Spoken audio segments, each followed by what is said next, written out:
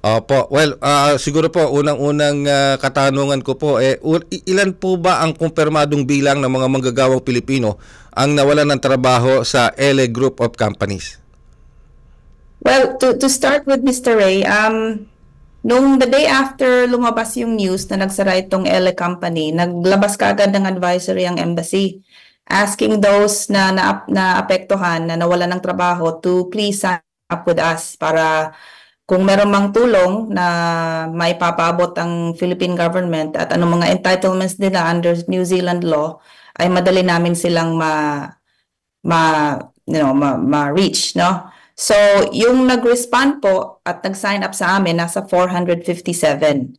So, ito po yung mga kababayan natin sa New Zealand na nawala ng trabaho as a result of the closure of the LA company. Pero according to the New Zealand Immigration, na meron ho tayong direct contact doon at halos araw-araw po kami nakikipag-usap sa kanila, ang work visa holders ay nasa 316.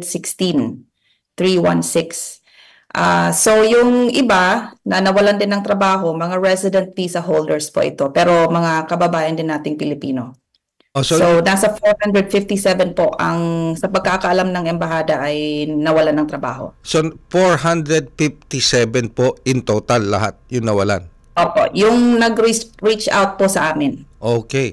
Ano bang dahilan, Madam Ambassador, kung bakit nagsara itong LA? Essentially po nag-bankrupt po yung company, no, in simple terms. So hindi na nila ma-sustain yung business nila, so they filed for a receivership.